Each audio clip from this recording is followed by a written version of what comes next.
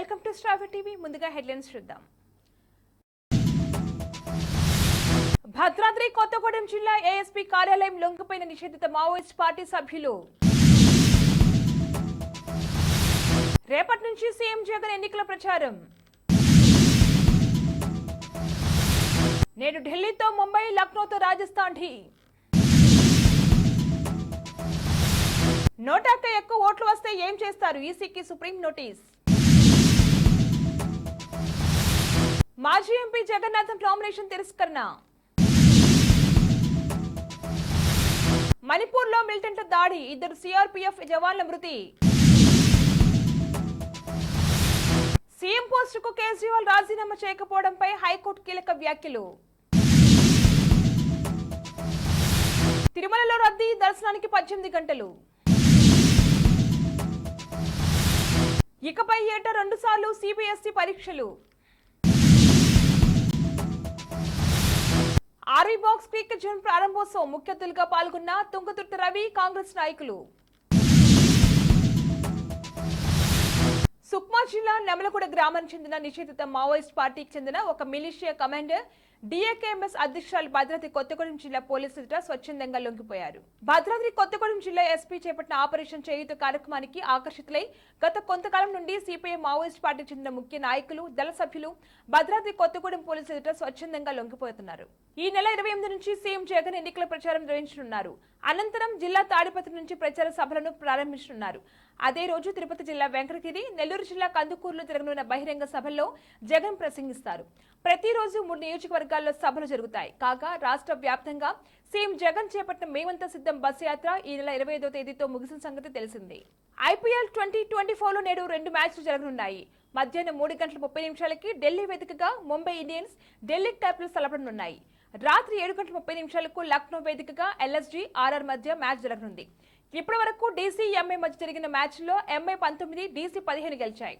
RR, LSG 4 సార్లు తలపడగా 3 మ్యాచ్లో రాజస్థాన్, 1 మ్యాచ్లో లక్నో విజయం సాధించాయి. ఎన్నికల్లో అభ్యర్థుల కన్నా నోటాకు అధికంగా ఓట్లు వస్తే మళ్లీ పోలింగ్ నిర్వహించాలని సుప్రీంకోర్టులో పిటిషన్ దాఖలైంది. నోటా కంటే తక్కువ ఓట్లు పొందిన అభ్యర్థులు 5 ఏళ్లు ఏ ఎన్నికల్లోనూ పోటీ చేయకుండా నిబంధనలు రూపొందించాలని కోరారు. దీనిపై సమాధానం చెప్పాలంటూ ఈసీకి సుప్రీంకోర్టు నోటీసులు ఇచ్చింది. ప్రస్తుతం నోటాకు ఎక్కువ ఓట్లు వచ్చినా ప్రయోజనం లేదు.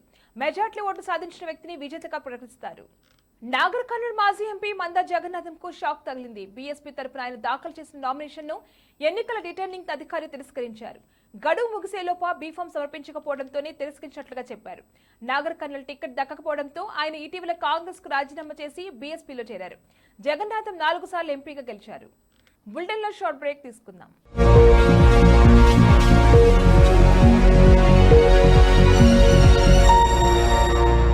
ప్రస్తుతం మార్కెట్లో ఒక కొత్త ఇల్లు కొనాలి అంటే మనం ఎన్నో రకాలుగా సెర్చ్ చేస్తూ ఉంటాం. ఎన్నో ఫీచర్స్ని మనం చూస్తూ ఉంటాం. అందుకే మా నుంచి ఈ ఆఫర్ మీకోసం. 45 లక్షలకే మీ సొంత ఇంటి కలని నెరవేర్చుకుందాం. ఈ బ్యూటిఫుల్ విజువల్స్ షాద్ నగర్ టౌన్ హైవేకి ఆనుకొని అండ్ మోస్ట్ పాపులర్ ల్యాబ్స్ కి ఆపోజిట్ లో ఈ వెంచర్ ఉంటుంది. ఎంట్రన్స్ ఏరియా చూశారు కదా ఎంత బ్యూటిఫుల్ గా ఉందో. స్పెక్ట్రా సిటీ ఇదొక గేటెడ్ కమ్యూనిటీ. 120 గజాల డబుల్ బెడ్రూమ్ హౌసెస్ ఇందులో కన్స్ట్రక్ట్ చేయబడి ఉన్నాయి. ప్రతిష్టాత్మక సంస్థ స్పెక్ట్రా సిటీ మీకు అందిస్తోంది double bedroom individual houses. Total house వచ్చేసి మనకు 120 స్క్వేర్ యార్డ్స్ లో ఉంది, అంటే 120 గజాలు.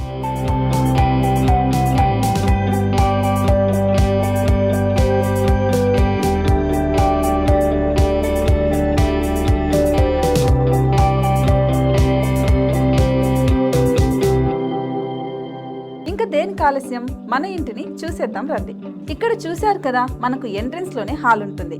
హాల్ అనేది 15x16 ఇంచెస్ లో ఉంటుంది. ఇప్పుడు చూస్తున్నట్లయితే మాస్టర్ బెడ్రూమ్. ఈ మాస్టర్ బెడ్రూమ్ అనేది మనకు 12x10 ఇంచెస్ వస్తుంది. దీనికి అటాచ్డ్ బాత్రూమ్ కూడా ఉంటుంది. ఇప్పుడు చూస్తుంది సెకండ్ బెడ్రూమ్. ఇది కూడా 12x10 ఇంచెస్ వస్తుందండి. ఈ బెడ్రూమ్ కి నెక్స్ట్ మనం ఇప్పుడు కిచెన్ లోకి ఎంటర్ అయిపోతున్నాం. కిచెన్ అయితే ఈక్వల్ ఇంచెస్ లో ఉంది. 8.5 x 8.5 విస్తీర్ణంలో ఉంది. అండ్ ఈ వరండా టెర్రస్ పైకి దారి కూడా ఉంది.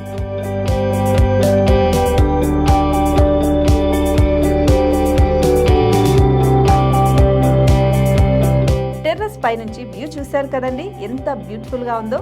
ఇలాంటి ప్రశాంతమైన వాతావరణం అనేది మనకు సిటీ నుంచి 38 కిలోమీటర్ల దూరంలోనే ఉంటుంది. ఇంకా వరండా అండ్ పార్కింగ్ ప్లేస్ అలాగే ఓపెన్ స్పేస్తో కలుపుకొని మనకు 18 చదరపు గజాలు ఉంటుంది. ఓపెన్ స్పేస్తో 102 చదరపు గజాల కన్స్ట్రక్షన్తో ఈ ఇల్లు డిజైన్ చేయబడి ఉంది.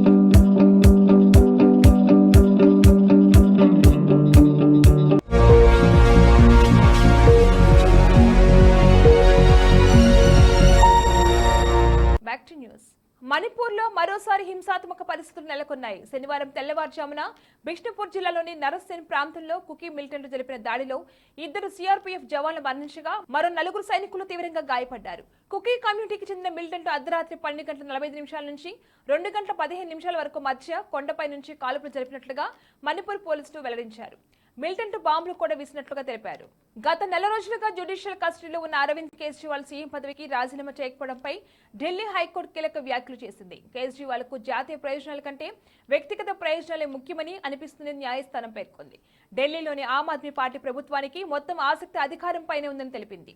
ఢిల్లీలోని మున్సిపల్ కార్పొరేషన్ పాఠశాలలో విద్యార్థులకు పాఠ్య పుస్తకాలు, యూనిఫామ్లు అందుబాటులో లేవంటూ దాఖలైన పిటిషన్ను విచారించే క్రమంలో ఢిల్లీ హైకోర్టు వ్యాఖ్యలు చేసింది. తిరుమలలో భక్తుల రద్దీ పెరిగింది. టోకెన్ లేని భక్తుల శ్రీవారి సర్వదర్శనానికి 18 గంటల సమయం పడుతుంది.